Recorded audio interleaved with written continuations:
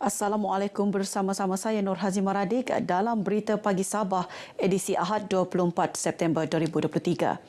Perkembangan banjir di daerah Beaufort. Setakat 8 malam semalam, jumlah penduduk terjejas ditempatkan di Pusat Pemindahan Sementara PPS Selagon meningkat kepada 72 keluarga melibatkan 228 penduduk. Menurut Sekretariat Jawatan Kuasa Pengurusan Bencana Negeri JPBN Sabah, daripada jumlah itu seramai 103 dewasa dan 125 kanak-kanak. Terdahulu, Pegawai Daerah Beaufort Muhammad Nazri Ajun dalam satu kenyataan memaklumkan PPS Lagon dibuka sejak Jumaat petang selepas pemantauan dan penilaian agensi keselamatan di bawah JPBN mendapati penduduk di beberapa kampung terjejas banjir perlu dipindahkan ke PPS yang lebih selamat. Pihak berkuasa perlu proaktif membantu rakyat yang terjejas banjir. Ahli Parlimen Kimanis Datuk Muhammad Alamin berkata beberapa sungai dan parit perlu diselenggara dan dipantau secara berkala agar tiada lagi masalah takungan air. Saya turun hari ini untuk memantau keadaan banjir yang berlaku di daerah Mambakut dan difahamkan lebih kurang 13 buah kampung yang terjejas akibat banjir ini. Jadi saya minta kepada Jawatankuasa Bencana Alam Daerah supaya bersiap sedia untuk mengaktifkan operasi banjir ini. Beliau ditemui RTM dalam tinjauan banjir di sekitar daerah Mambakut. Beliau turut menggesa pihak berwajib agar lebih peka dengan keadaan kampung di bawah seliaannya. Orang awam juga perlu melaporkan Jawatankuasa Bencana Daerah sekiranya berlaku banjir agar tindakan awal dapat diambil pihak berkuasa. Kerajaan melalui Jabatan Kerja Raya memperuntukkan lebih RM5 juta untuk membina bangunan Mahkamah Anak Negeri Daerah Tongot. Projek pembinaan dimulakan sejak 26 Jun lalu dan dijadual siap Disember 2024. Ketua Menteri Datuk Seri Panglima Haji G. Haji Noor memandang serius keperluan pembangunan di daerah Tongot termasuk meneliti buku aspirasi Pelan Pembangunan Daerah Tongot 2023-2030 yang dirancang wakil rakyat bersama-sama agensi dan rakyat kawasan terlibat. Jadi dengan adanya bangunan mahkamah ini, maka mengenai dengan adat istiadat dan lain-lain anak negeri di kawasan ini. Jadi inilah kerja kita di dalam kerajaan untuk membantu dan menyelesaikan masalah-masalah daripada yang sudah berlanjutan yang ditunggu oleh rakyat untuk kemudahan mereka. Beliau ditemui pemberita RTM sempena lawatan rasmi sehari ke daerah Tongot. Sementara itu, Adun Kuamut Datuk Masyung Banah merakamkan penghargaan kepada Ketua Menteri kerana merealisasikan hasrat pemberian geran tanah rakyat dalam Dun Kuamut. Ini merupakan satu program atau projek yang dekat dengan rakyat. Setiap warga di Sabah ini menginginkan supaya tanah-tanah mereka diberi geran. Kita juga mengucapkan berbanyak terima kasih. Dengan siapnya bangunan mahkamah ini, maka proses ataupun program-program untuk memantapkan adat istiadat di peringkat kampung ini akan dapat diperkasakan lagi. Majlis Pecah Tanah disempurnakan Datuk Haji G diiringi Adun Kuamut Datuk Masyung. Terdahulu Datuk Haji G menerima warta tanah rizab daripada Pengarah Jabatan Tanah dan Ukur Datuk Surveyor Bernard Liu Chow Min, seterusnya menyerahkannya kepada Ketua Daerah Tongot Jusison Saidin. Turut diserahkan 421 geran tanah anak negeri melibatkan 15 buah kampung dengan jumlah keluasan 790.37 hektar serta van sekolah kepada SMK Pinangah. Dalam perkembangan lain, Datuk Haji G memaklumkan kerajaan negeri akan bekerjasama dengan Kerajaan Persekutuan dalam menangani isu kenaikan harga barangan di pasaran. Ia bagi memastikan rakyat khasnya golongan kurang berkemampuan tidak terbeban dengan ketidakstabilan harga global yang menjejaskan harga tempatan. Kita berharap di pihak persekutuan, terutama Kementerian Perdagangan Dalam Negeri, mesti mengambil peranan yang besar dalam hal ini. Di peringkat negeri pun akan bertanggungjawab juga bersama untuk memastikan barang kawalan ini tidaklah menjejaskan bebanan yang lebih berat kepada rakyat kita. Beliau ditemui pemberita RTM dalam lawatan rasmi ke daerah Tongot. Parti Gagasan Rakyat Sabah Gagasan Rakyat yakin kerjasama baik dengan parti komponen dalam Gabungan Rakyat Sabah GRS dan Pakatan Harapan PH negeri mampu membawa kemenangan pilihan raya negeri PRN akan datang. Ketua Menteri yang juga Presiden Gagasan Rakyat, Datuk Seri Panglima Haji G. Haji Nur berkata, gabungan berkenaan dilihat wadah memperkukuh perpaduan menyusun jentera parti selain meningkatkan kerjasama dengan rakan parti dalam kerajaan negeri sedia ada.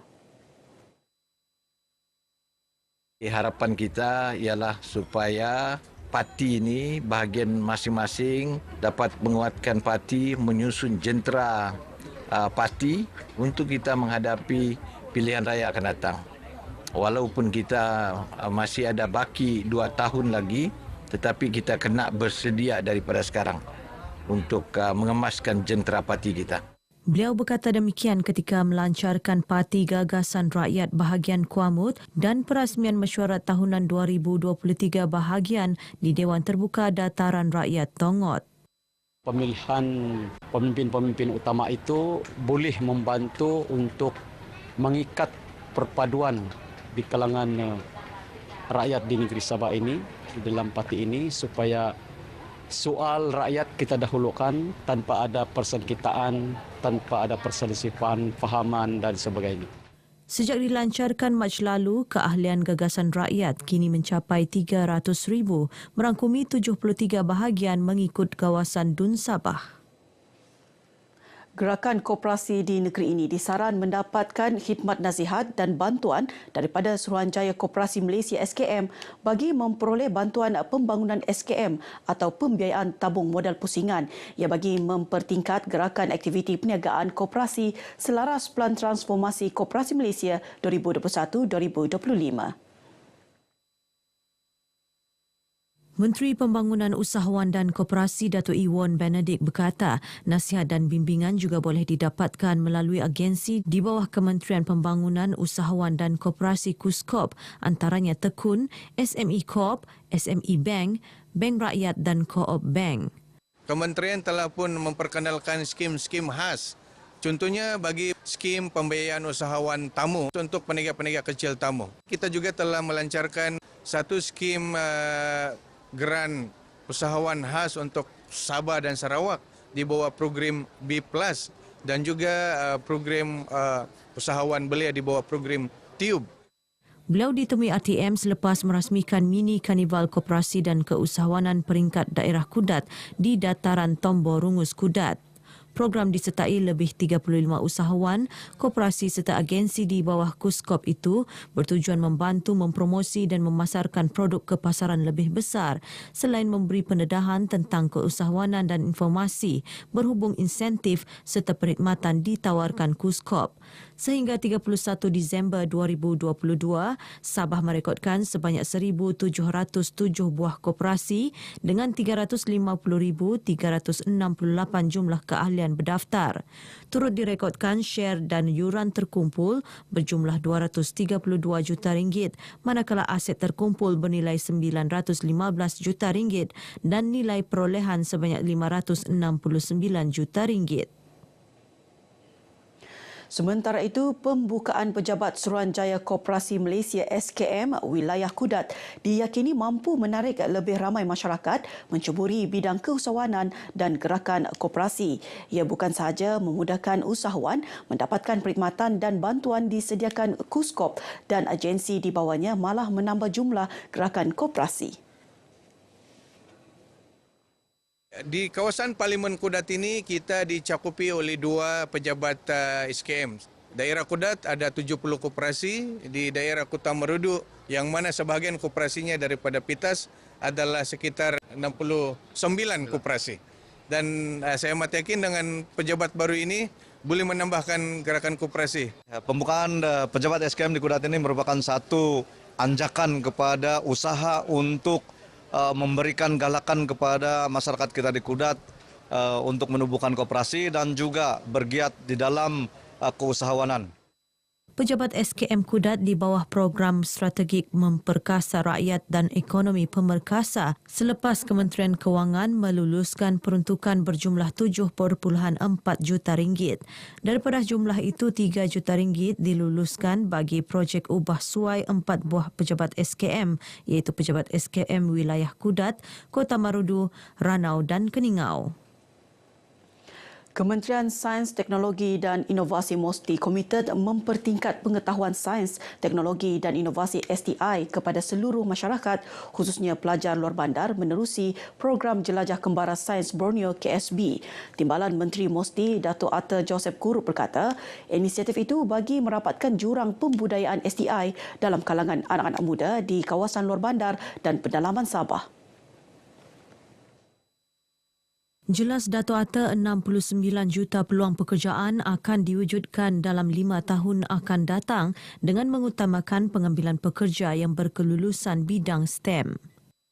Sebab kini kita agak risau dengan kemasukan pelajar yang agak rendah ke dalam bidang aliran sains. Maka melalui usaha seperti ini, yang pertama kita ingin menunjukkan bahawa pertama sains itu adalah subjek yang menyeronokkan dan tidak membosankan seperti mana persepsi yang ada. Beliau menyatakan demikian selepas merasmikan program Kembara Sains Borneo Siri 2 di Kalabakan. Program KSB direka khas untuk mendekati pelajar dan komuniti luar bandar bagi memupuk minat dalam bidang STI. Sementara itu, Pembantu Menteri Pembangunan Perindustrian dan Keusahawanan yang juga Ahli Parlimen Kalabakan, Dato' Andi Muhammad Suryadi Bandi berharap program KSB diteruskan pada masa hadapan. Lebih 4,000 orang menghadiri program 3 hari KSB yang dijayakan Pusat Sains Negara, Kementerian Sains, Teknologi dan Inovasi KSTI Sabah, Jabatan Pendidikan Negeri Sabah, pejabat daerah dan rakan-rakan strategik lain. Sekian berita pagi Sabah menyusul selepas ini berita pagi Sarawak. Saya Nur Hazi Maradik, Malaysia Madani, tekad paduan penuhi harapan. Terima kasih tak semimon. Setia bersama ATM Sabah. 你是我们的动力，你是我们的灵感。Kami patuhi amuan. Ia akan Okay, mic check 1, 2, let's go. You know what it is. Yang sahih paling laris. Update tanpa halangan baris. Bengkok kami garis. Setiap halaman akhbar. Siang dan malam full bar. Bila bangun pagi radio kami kan bertanya kabar. Apa kabar? Jangan gusar. Harimu pastikan bersinar. Salam kami rakam. Arti yang pilihan. Unggul tanpa sempadan. Always be number one. You are the inspiration.